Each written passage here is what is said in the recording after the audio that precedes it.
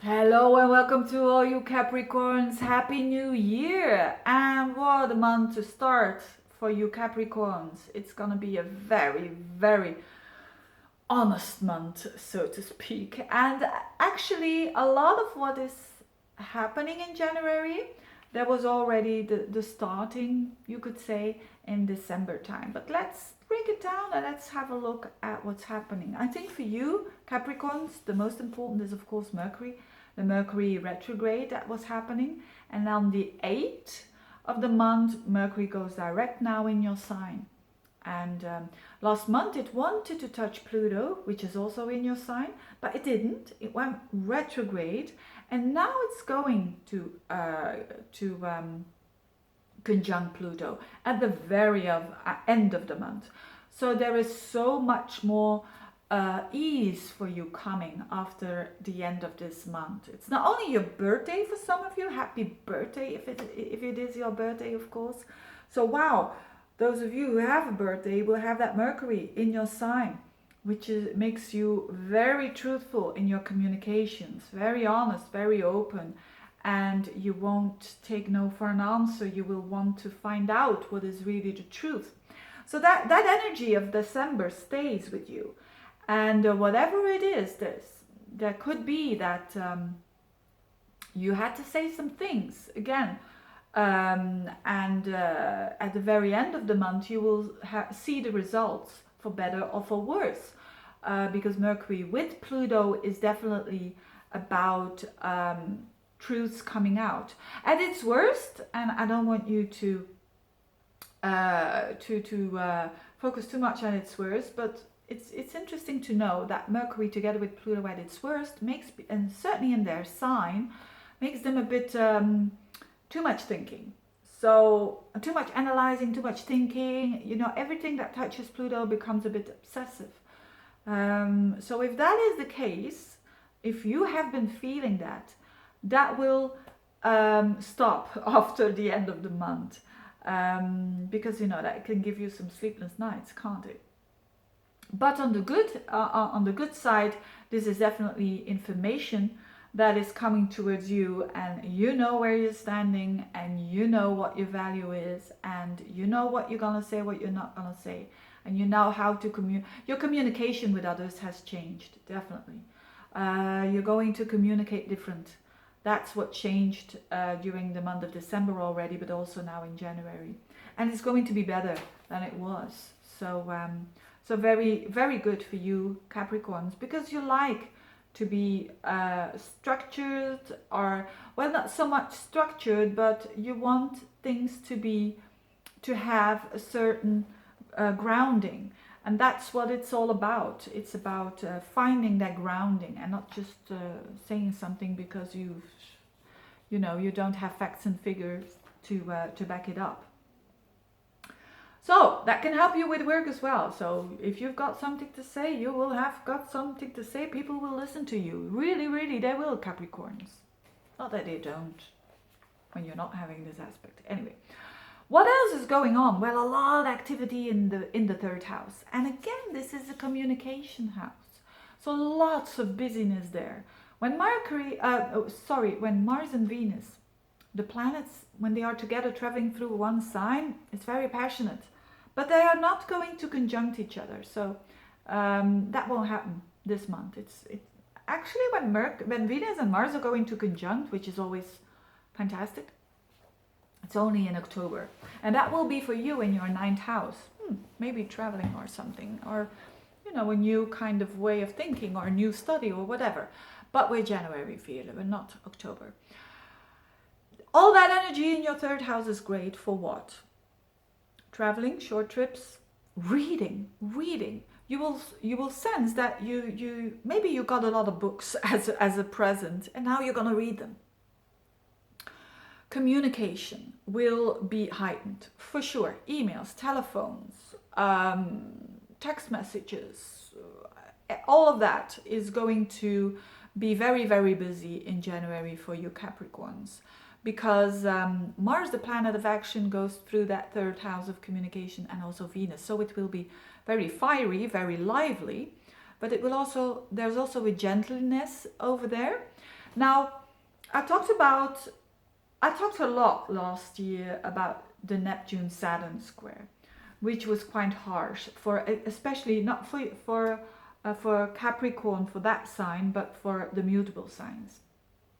And now, certainly in your communication sector, there is still the Saturn-Neptune thing going on. Although it's not that harsh anymore, you could say, you kind of recognize that energy now.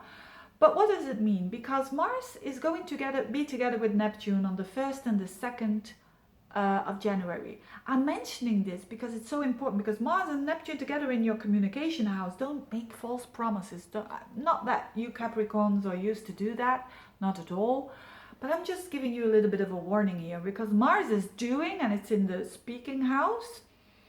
And then Neptune is sometimes false promises. So someone could do a false promise to you. So take things light around those first 2-3 days of the month. And also you telling people things, it could be misunderstood. Some actions in your speaking that you're doing, they might just, you're saying A and they are receiving B message, which is very rare. But these things can happen. Weird, I mean. But these things can happen with Mars Neptune. So there could be a message from a male, because that's also Mars. That is a strange message, but don't do anything. That's the best thing to do. When it's misty, it's better to stand still, to be aware, open your eyes, and it'll go away. It'll go away. It's only a couple of days. And then that same Mars goes conjunct with conjunct with Chiron, and it squares up to your Saturn, your ruler, in the 12th house. Now, this is a very important period of time between the 15th and the 20th of the month, so around the middle of the month. There is something that is not going to be easy, because Mars together with Saturn is never easy. Mars together with Chiron is even double not easy. But you Capricorns, you're ruled by Saturn, so you're not afraid of that. You know that sometimes, yes, there is a mountain and we need to climb that mountain, but when we have done that, we feel the gratitude, and we feel the maturity, and we feel that we have results. And it's that kind of energy, but that has to do again with your communication. It could be a communication with a sibling that is quite difficult to do, but do it anyway. And there will be healing afterwards, because that's the Chiron there.